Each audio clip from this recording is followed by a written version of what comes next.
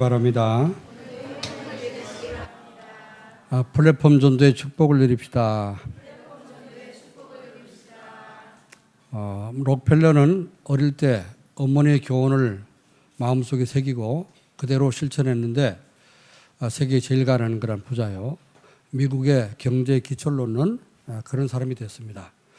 그래서 교회를 수십 개를 짓고 또 대학을 수십 개를 세우는 그런 경제응답을 받고 또 이 록펠러는 얼마나 하나님이 축복을 하셨는지 그 반개 회사 그 밑에 록펠러 재단의 회사가 얼마나 많은지 그 이제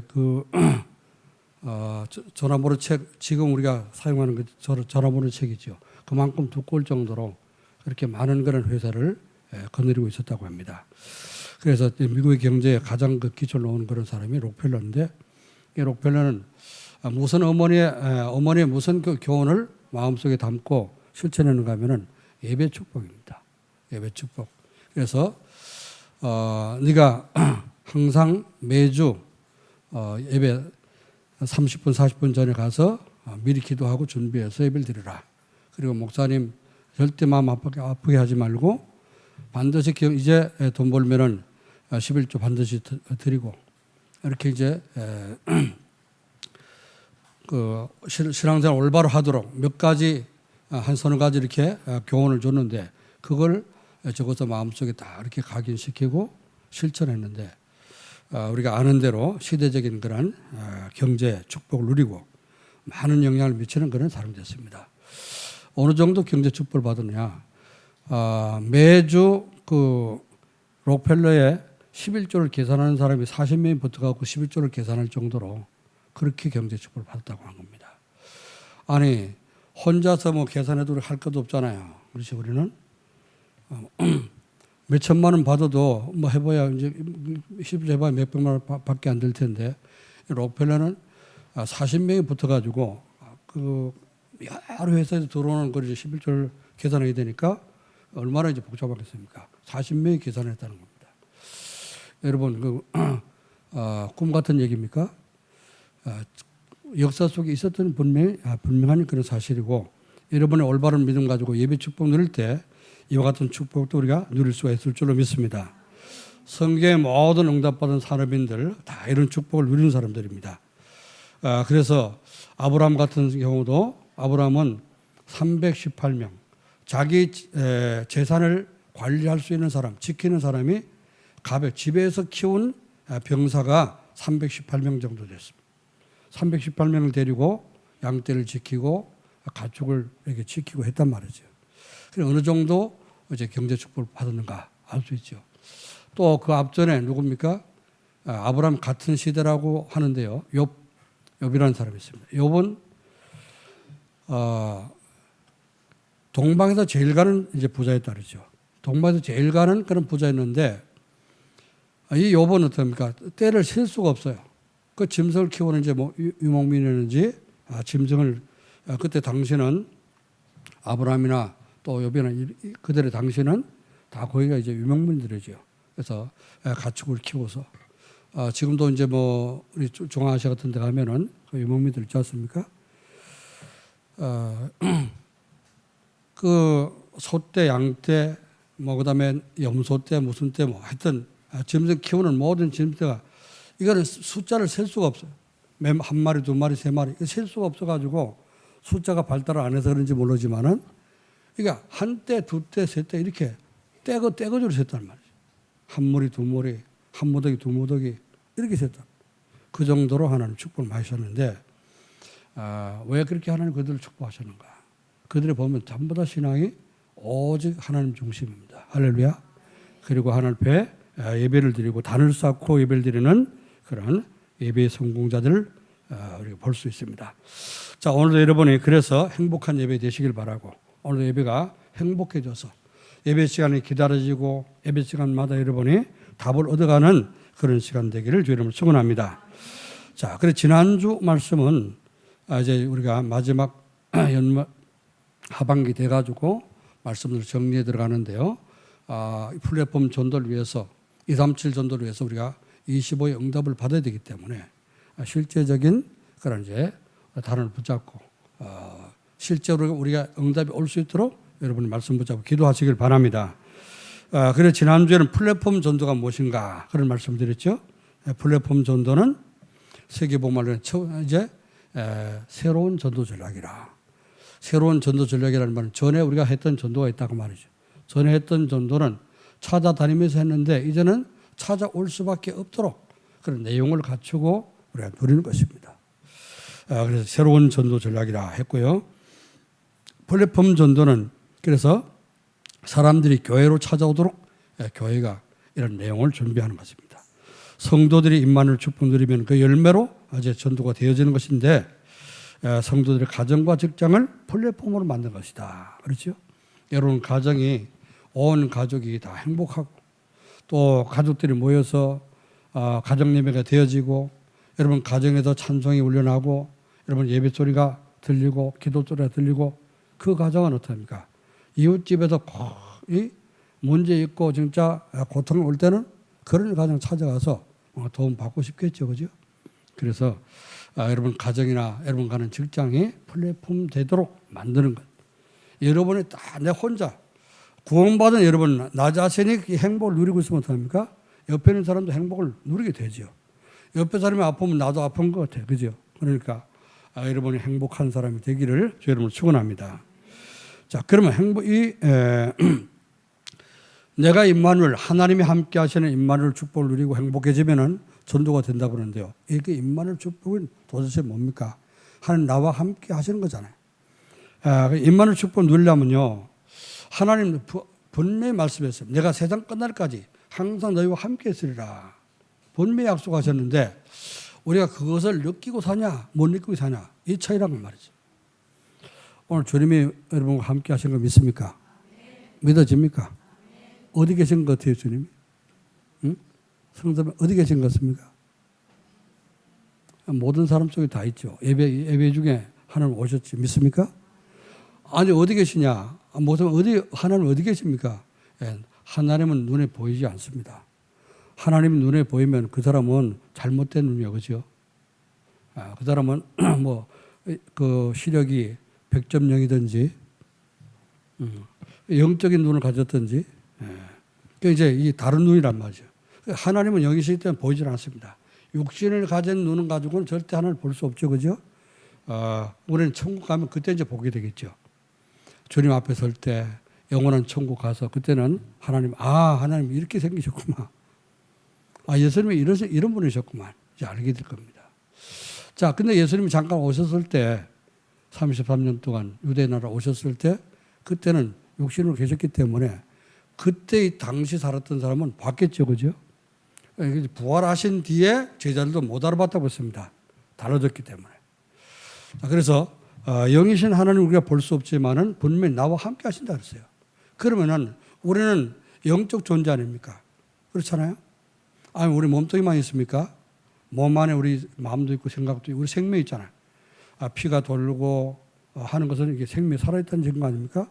심장 멈추고 피가 안 돈다. 그럼 죽은 거잖아요. 자, 그런데 우리 몸속에는 그냥 우리 몸 피만 도는 것이 아니고요. 우리 몸을 한번 보면요. 너무나 오묘하고 너무나 진짜 하나님의 솜씨가 너무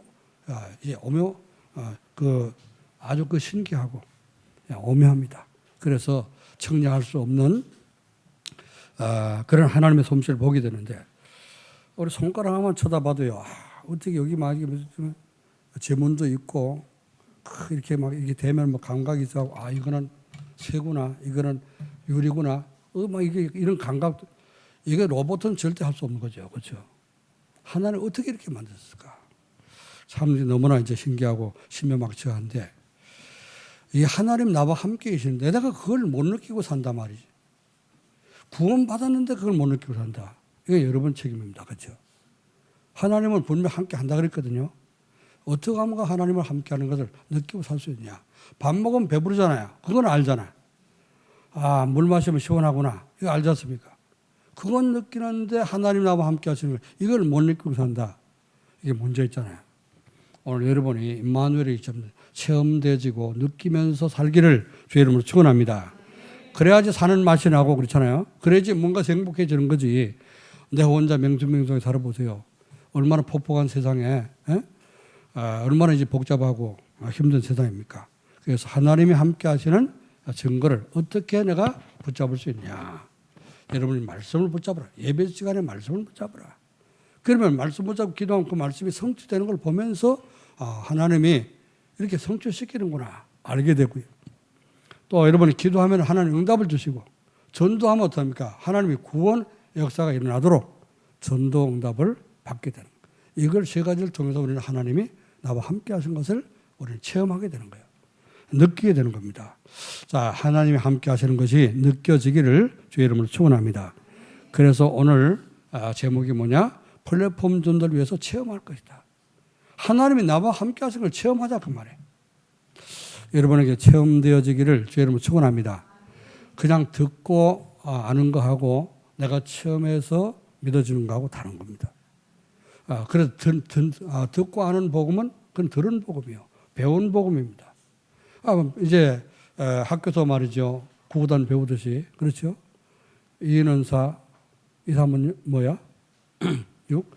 그러게 뭐 이제 구구단 외우듯이 그렇게 하는 게 지식으로 아는 것이 아니라 체험된 거예요. 이게 왜 2는 2가 될까? 두 개 이렇게 갖다 놓고 한번 해보세요. 더해봐요. 그럼 4가 되지 않습니까? 그런데 이거를 곱하면 간단하게 4가 되는구나. 이렇게 이제 체험돼야 되는 거죠. 원리가 체험되는 거예요. 이게 식이 이해되고 원리가 체험되면 어떡합니까? 문제를 풀 수가 있잖아. 그런데 내가 체험이 안 되면 어떡합니까? 응용이 안 돼요. 마찬가지로 우리가 신앙생활이 내가 체험되어야지만이 이런 일 생기고 저런 일 생길 때 하나님 진짜 내가 이런 문제 빠졌습니다. 저런 문제가 있습니다. 해결해 주세요. 이렇게 축복해 주세요. 이렇게 기도가 나올 거다는 거죠. 임마누엘 하나님 나와 함께 하시는 것이 체험되어지는 그런 이번 한 주간 되기를 주의 이름으로 축원합니다. 자, 그래서 플랫폼 전도를 위해서 체험해야 될 것이 뭐냐? 뭘 체험해야 될까요? 첫 번째로 가장 먼저 그리스도는 인생의 모든 문제의 완전한 해결자이다. 이게 체험돼야 됩니다. 그래서 우리가 예수는 그리스도 모든 문제 그럼 뭐요? 해결자. 주일학생도 하잖아요, 그죠? 예수는 그리스도입니다. 예수가 그리스도. 그게 이제 우리가 구원받은 거잖아요, 그죠? 예수님이 그리스도를 믿고 우리가 구원받았습니다. 그러면은 그리스도는 뭐요? 우리 인생 모든 문제를 완전히 해결하신 해결자입니다. 아멘. 이것이 내 삶 속에 잠깐 체험되야 되는 거예요. 우리 하나님 떠나서 저주 가운데 빠졌지 않습니까? 하나님 떠난 것 때문에 자꾸 저주가 닥치잖아요. 그런데 거기서 하나님 만나면은 해결되는데 하나님 만나는 길이 뭐요? 그게 바로 그리스도입니다. 그리스도는 우리를 하나님께로 인도해 주시는 유일한 참된 선지자다. 그렇죠?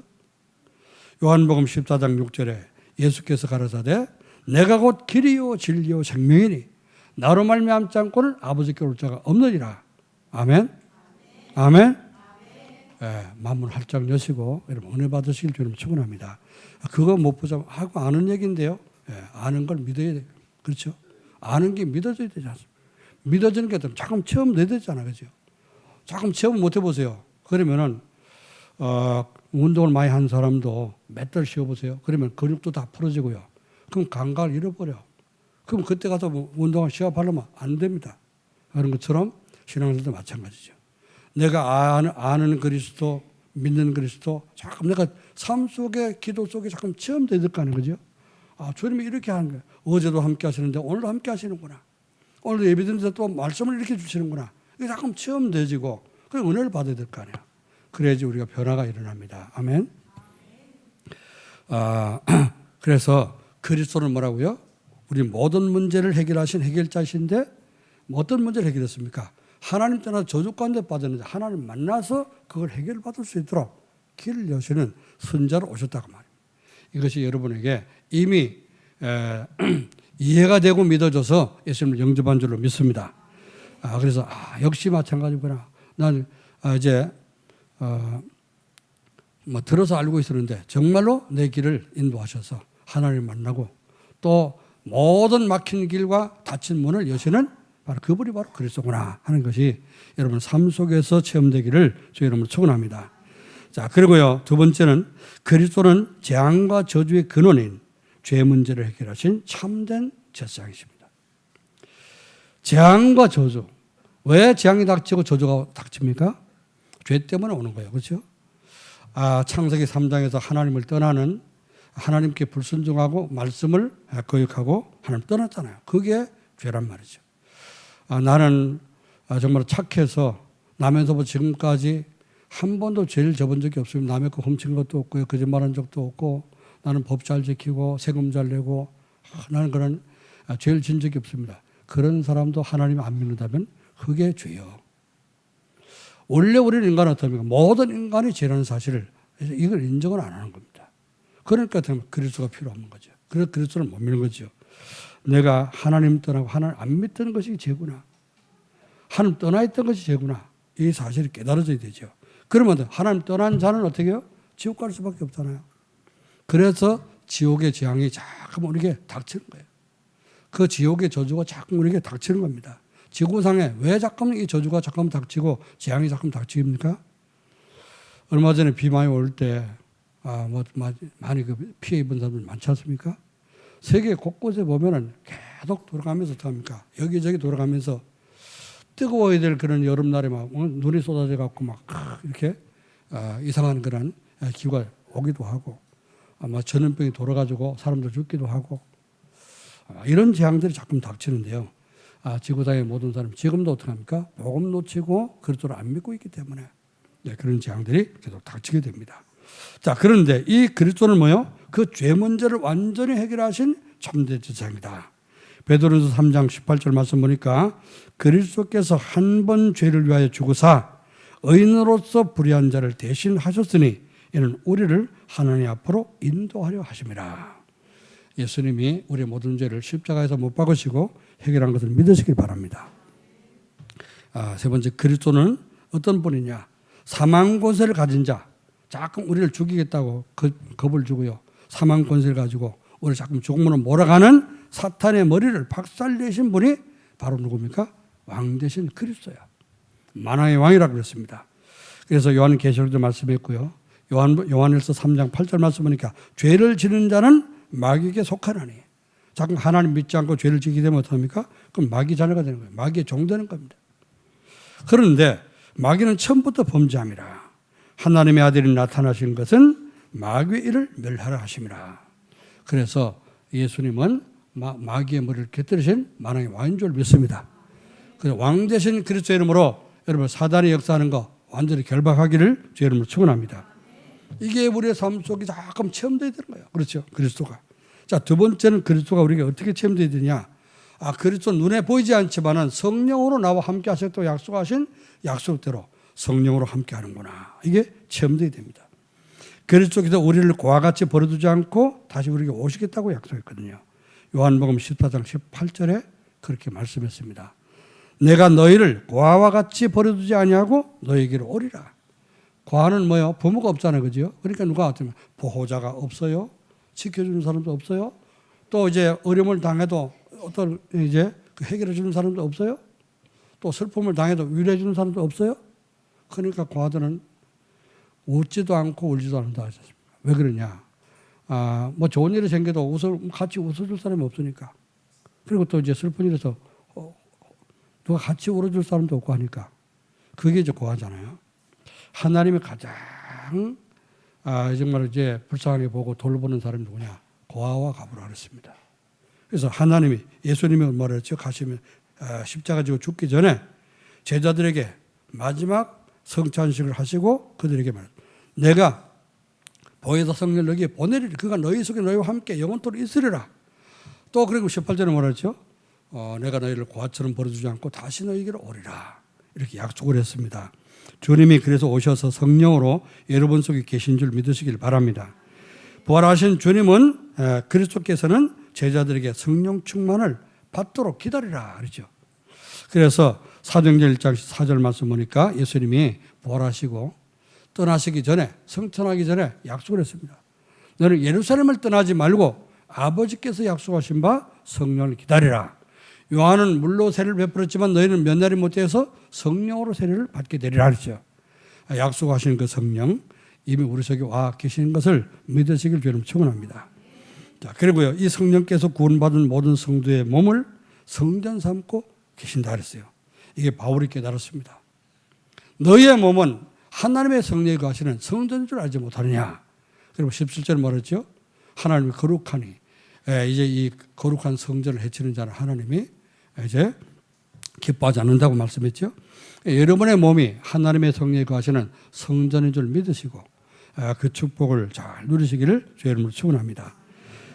세 번째 우리가 체험해야 될 것이 뭐냐? 그리스도께서 언제나 항상 말씀으로 우리와 함께 하시면서 우리를 말씀으로 인도하는 것을 체험해야 되는 겁니다. 자, 구약 시대는요, 하나님이 선지자들 통해서 말씀을 주셨죠. 그래서 뭐 이사야 선지자나 예레미야 선지자나 에스겔 선지자나 이런 선지자들 있지 않습니까? 그 선지자들에게 말씀을 주셔서 예레미야 33장 1절로 3절 말씀 보니까 예레미야에게 하나님 말씀이 두 번째 임하리라 그렇죠? 이를 행하는 여호와 그것을 지어서 성취하는 여호와 나 여호와라는 이가 이같이 이르노라. 너는 내게 부르지라 내가 네게 응답하겠고 네가 알지 못할 크고 은밀한 일을 네게 보이리라. 하나님의 말씀으로 선지자들에게 말씀을 주시고 그 선지자들이 말씀을 백성들에게 전달하도록 이렇게 했습니다. 그러니까 하나님이 모세를 세우고 최초의 선지자 모세를 세우고 모세를 통해서 백성들에게 말하도록 이렇게 했습니다. 자, 그리고 신약 시대에는 예수님이 오셔서 그리스도께서 제자들을 부르시고 제자들에게 말씀을 주셔서 그 말씀 제자들이 말씀을 전달하도록 이렇게 했습니다. 자, 그럼 교회 시대 지금 우리가 살고 있는 이 시대는 말세 시대요 교회 시대입니다. 그래서 교회들이 자꾸만 일어나자는 거죠. 교회들이 자꾸만 생겨지죠. 우리 최승희 집사님 오늘 안 왔네. 최승희 집사님 오늘 한국 돌아와 보니까 일본 있다 한국 돌아와 보니까 전에는 한국 살 때 몰랐는데 일본 있다가 돌아와 일본은 가면은 아무리 시내 돌아다녀도요 십자가 볼 수가 없어요. 교회가 없어요. 그러니까 이제 이 일본은 기독교인들이 3%밖에 안 되잖아요. 그렇게 이 교회가 보기 힘듭니다. 그래서 십자가 붙여놓은 거 뭐 못 붙이게 하는지 좌우전 돌아다니면서 종탑에 십자가 붙여놓은 그런 걸 볼 수가 없어요. 그 교회가 없었는데 한국 돌아보니까 한 건물에 2개, 3개 막 있더라 교회가. 왜 이렇게 많은가 그렇다는 거예요. 그래서 말씀 들으면서 말씀을 듣고 보니까 교회들이 더 많아져 갖고 전도를 해야 되는구나 그렇게 깨달았다는 거예요. 그렇죠. 교회가 더 많아져야 됩니다. 그렇게 교회가 많아도 요 앞에도 있고 옆에도 있고 한샘교회 있지 뭐 하늘문교회 있지 뭐 먼교회 있지 소망교회 있지. 교회인지 뭔지 잘 모르겠습니다만은 이렇게 많아도 안 믿는 사람이 더 많아. 그렇잖아요. 술집보다는 교회가 더 많아야 됩니다. 아멘. 그러니까요. 교회 많이 생기는 이상하게 생기지 말고 여러분 잘 믿으시고요. 진짜 여러분 가정이 다 작은 교회가 되기를 여러분 소원합니다. 그럼 그게 여러분 가정이 교회가 되면 그게 플랫폼이 되는 거예요. 행복한 가정 되기를 여러분 소원합니다. 자, 그래서 교회 시대는 하나님이 말씀을 어떻게 주시냐? 교회에 와서 예배 드리도록. 그렇죠. 예배를 통해 예배 시간에 목사님 세워가지고 말씀을 전하도록 그래서 성도들이 그 말씀 받고 말씀에 인도받도록 이렇게 역사하고 계십니다. 이것을 여러분이 믿으시고 이 세 가지가 체험되기를 여러분 축원합니다. 세 가지가 뭐라고요? 그리스도가 완전 모든 인생 모든 문제의 완전 해결자다. 두 번째는 성령으로 우리와 함께 하신다. 그 그리스도께서 말씀으로 우리를 인도하고 계신다. 세 가지가 체험되어야 됩니다. 이번 주에 다 체험되고 우리가 다음 주 포럼할 때 간증할 수 있기를 저는 축원합니다. 그럼 어떻게 하면 되냐? 어떻게 하면? 플랫폼 전도를 위해서 그럼 어떻게 체험하려면 세 가지를 체험하려면 어떻게 되느냐? 첫 번째로요. 여러분 말씀 안에서 여러분 자신과 그리스도의 관계를 올바로 맺으세요. 예수님과 나와 무슨 관계냐? 이걸 올바로 맺어야 된다. 그렇죠? 김희숙 권사님 하나님하고 무슨 관계요? 응? 예수님하고 또 무슨 관계요? 대답 안 해도 괜찮아. 그 관계가 올바로 깨달아지려면 어떻게 돼요? 내가 죄인이구나. 이게 깨달아져야 되는 거예요. 가장 먼저. 그렇죠? 하나님 말씀대로 안 사는 내가 죄인이구나. 이게 깨달아져야 돼요. 이게 인정되고 고백돼야 됩니다. 그래서 바울은 어떻게 고백했죠? 로마서 3장 23절에 오호라 모든 사람이 죄를 범했으며 하나님의 영광 이루지 못하더니 로마서 7장 24절에는 그래서 살면서 진짜 열심히 전도하고 열심히 바울처럼 열심히 사는 사람은 없습니다. 그죠? 그런데도 세계복음하면서 다니면서 전도하는데도 이제 하나님 생각하는 것보다 자꾸 어떻습니까? 딴 생각이 자꾸 더 들어간단 말이죠. 내가 착하게 살려면 또 이 사람 못되게 되고 못된 생각하게 되고요.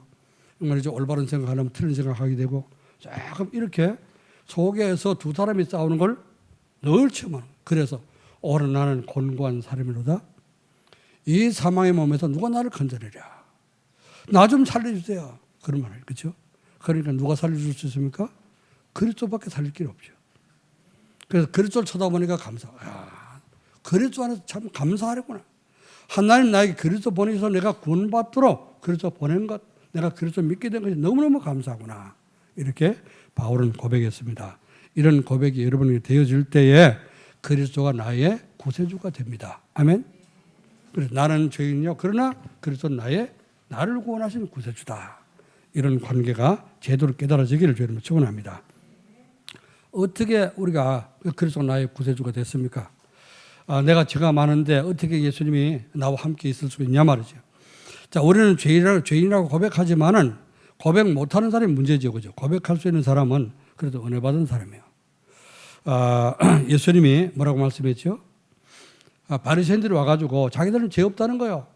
그러면서 예수님 말이지 세리와 우리 그 세무공무원이 여기 앉아 있는데 세리와 그 유대인들은 세리들을 그 세무공무원들을 그 죄인이라 취급했어요. 왜 그런가? 뭐 속국대 로마의 속국대에 있기 때문에 세금을 2배로 뜯어갖고 한 배는 자기 갖고 한 배는 이제 로마 제국에 바치고 이렇게 했단 말이죠. 그러니까 그 세무 공무원들 갖고 죄인 취급을 한 거죠. 우리나라도 이제 제가 어릴 때는 그랬습니다. 세무 공무원 온다. 그러면요, 시골에서 어떻게 합니까?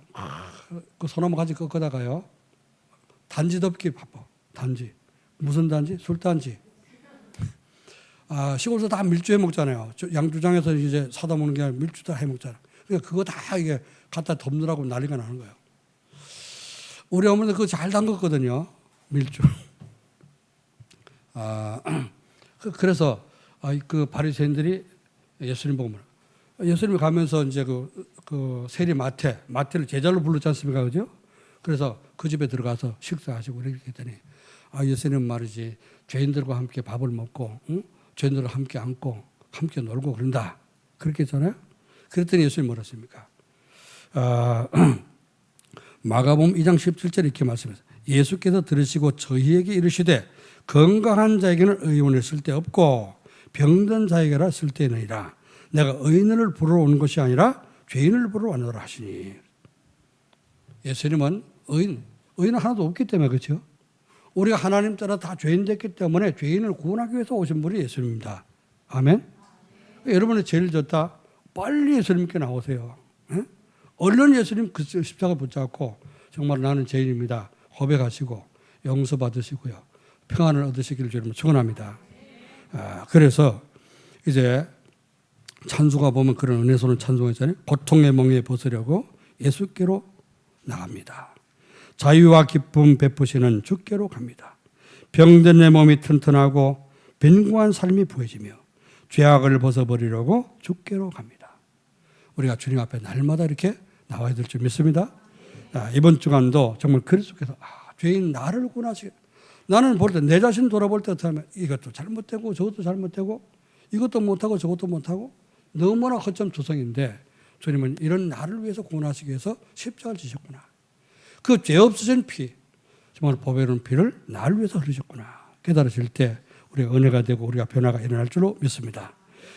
그리스도께서 죄를 대속하시기 위해서 십자가에 달려 죽으심을 내가 믿어야 되는 거예요. 너희 안에 이 마음을 품어라. 빌립보서 2장 5절 8절 말씀에 곧 그리스도 예수의 마음이니 그런 근본 하나님의 본체시나 하나님과 동등됨을 취할 것으로 여기지 아니하시고 오히려 자기를 비어 종의 형체를 가져 사람들과 같이 되었고 사람의 모양으로 나타나셨으며 자기를 낮춰져 죽기까지 복종하셨으니 곧 십자가에 죽으심이라. 누굴 위해서요? 예수님이 누굴 위해서 돌아가셨다고요? 나를 위해서. 여러분을 위해서 십자가에 죽으신 사실을 믿으시고 또 부활하셔서 여러분 속에 성령으로 계시는 것을 믿으시길 바랍니다. 두 번째, 언약을 우리가 이제 이 플랫폼 전도가 되어지는 이런 그리스도를 체험하려면은 두 번째 어떻게 되냐? 언약을 붙잡은 성도들과 함께 모여서 구원받은 성도들이 함께 모여서 하면 모일 때마다 기도에 집중해야 돼요. 초대교회가 그렇잖아요. 모일 때마다 성전에서 모이고 집에서 모이고 그렇죠? 모일 때마다 어떻습니까? 합심해서 기도하고 응답을 받고 전도운동이 일어났습니다. 그래서 마태복음 18장 19절 20절에도 이렇게 말씀했습니다. 두 사람이 합심하여 기도하면 하늘에서 예수님께서 하늘에 계신 내 아버지께서 저희를 위하여서 이루게 하시리라. 두세 사람이 내 이름으로 모인 곳에 나도 그들 중에 있느니라. 두 사람이 모여서 기도할 때 하나님 응답하신다고 하는데요. 그럼 혼자 기도하면 응답 안 하느냐? 혼자 기도해도 응답하시지만은 모일 때 우리가 성도들이 어떻습니까? 그래서 합심하는 것이 이게 굉장히 중요하죠. 우리 교회 이름이 뭐지요? 산성교회잖아. 산에서 내려왔습니다. 그래서 우리는 하나 됐습니다. 믿습니까? 영어로는 원네스잖아요. 원네스 하나 됐어. 그 이제 대구에는 하나교회가 있는데 원네스 이 단어가 나올 때 거기서 하나교회로 제일 먼저 이제 하나교회 이름을 붙였거든요.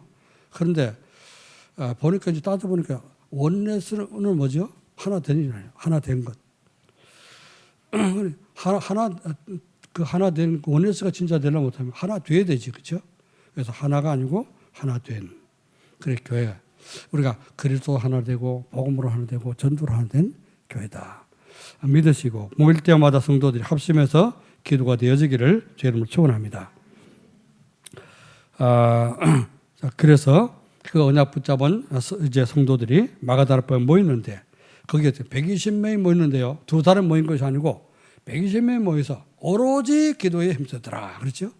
여자들과 또 예수의 아우들과 더불어 120명이 모여가지고 이제 마음을 같이하여 전혀 기도에 힘쓰리라. 이렇게 교회 안에는 합심해서 기도하는 운동이 계속 일어나야 됩니다. 감사하게도 우리가 금요일날 우리가 기도해 보면은 점점점 기도에 이제 철학기도 모이는 사람이 많아지는 것 같아요. 그래서 감사한데 여러분이 그렇게 한 주에 한 번 정도는 모여가지고 전 성도들이 모여서 부르짖고 기도하는 시간이 있어야 됩니다. 교회 기도원 갈 필요 없어요. 그잖아요. 바쁜데 왜 기도원 갑니까? 우리는 교회에 모여서 진짜 부르짖고 기도할 때 하나님이 응답하시고 마가다락방에 임했던 성령께서 역사할 줄로 믿습니다. 자, 그래서 오로지 기도에 힘쓴 마가다락방에 뭐가 임했습니까? 성령 충만이 임한 거야. 이제 믿고 기도. 예수님께서 약속하신 너를 예루살렘 떠나지 말고 아버지 약속하신 성령을 기다리라. 오직 성령이 임하시면 권능을 받고 예루살렘과 온 유대와 사마리아 땅까지 이르러서 내 증인되리라 하신 말씀이 그대로 성취된 겁니다. 오늘 우리가 읽었습니다. 이제 사도행전 2장 1절부터 4절 말씀에 뭐라 그랬죠? 오순절날이 이미 이르매 저희가 다 같이 한 곳에 모였더니 호련히 하늘로부터 급하고 강한 바람 같은 소리가 있어 저희 앉은 온 집에 가득하며 불의 혀같이 갈라지는 것이 저희에게 보여 각 사람 위에 임하여 있더니 저희가 다 성령의 충만함을 받고 성령이 말하게 하심을 따라 다른 방으로 말하기를 시작하니라. 할렐루야. 이번 주간에는 철학기도 다 나오시기 바랍니다. 우리가 합심해서 기도할 때요. 하나님 성령이 더욱더 역사하게 됩니다. 제가 처음 믿고 구원받을 때요. 그런 걸 많이 체험했습니다. 제가 이제 처음 신앙생활을 했던 모교회는 제 모교회죠. 도천 충성교회라 그러는데 제가 다닐 때 도천리, 복숭아 도자, 샘천자, 강가에 복숭아 나무 많은 그런 마을이 제가 살던 고향입니다. 복숭아꽃 살구꽃 아기 진달래. 무릉도원. 제가 무릉도원에서 태어났는데요. 그 강건의 동네는 도원이고 그 옆에 동네는 또 무릉입니다. 그래서 무릉도원, 도천 다 있습니다. 모교에서 이제 신앙생활 시작할 때 구역 예배를 드린다든지 이제 금요 철기를 한다든지 그러면요 철은 밤새도록 했어요. 새벽기도 할 때까지 그렇죠? 그렇게 했는데 철기도 할 때 됩니까? 다 손 붙잡고 계속 계속 같이 기도하고 온 거예요. 기도 못하는 사람도 기도가 터지고 막 통성으로 기도가 나오고 막 그러잖아요. 지금 그런 게 지금 없어졌어. 새벽 기도도 보면 우리가 조용하지 않습니까? 뭐 시끄러우면 좋으냐? 그건 아니지만은 조용하게 묵상하면서 이런 말씀 붙잡고 기도하는 게 더 좋습니다. 그렇죠? 더 좋은데 부르짖고 기도할 때도 있어야 된다고 말이죠. 한 번은 좀 입을 열어가지고 기도할 수도 있어야 되죠. 그래서 여러분이 철학 기도 때 모여서 부르짖고 기도하고 기도하는 그 시간에 성령 충만한 은혜가 불같은 성령 임하고 바람 같은 성령 임하는 이런 체험도 할 수 있기를 주 여러분을 축원합니다. 자, 그래서 세 번째 그럼 이제 이렇게 기도도 해야 되지만은 뭘 해야 되느냐? 세 번째 해야 될 일은 예배에 성공하고 강단 말씀을 나에게 주신 언약으로 붙잡아라.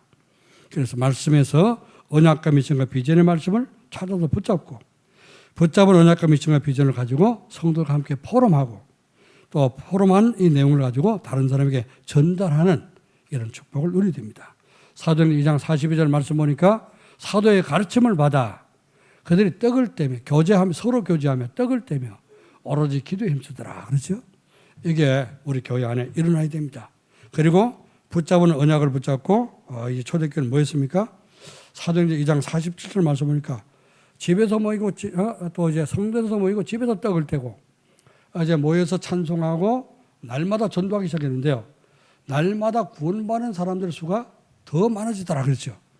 이것은 성도들이 흩어지면 어떡합니까? 모이면 기도하고 예배하고 기도하고 은혜 받고 돌아가서는 어떡합니까? 흩어져서 전도했다고 말이죠. 자, 이런 운동이 우리 교회 안에 일어나기를 주의 이름으로 축원합니다. 그러면 결론을 말씀드립니다. 플랫폼 전도를 위해서 필요한 이제 체험을 하게 되면은 그리스도가 우리와 함께 하신 것이 이게 체험되면은 어떤 일이 일어납니까? 세상의 염려, 걱정, 근심이 없어지게 됩니다. 성령 충만 받고요. 성령 충만한 사람이 염려하는 거 봤습니까?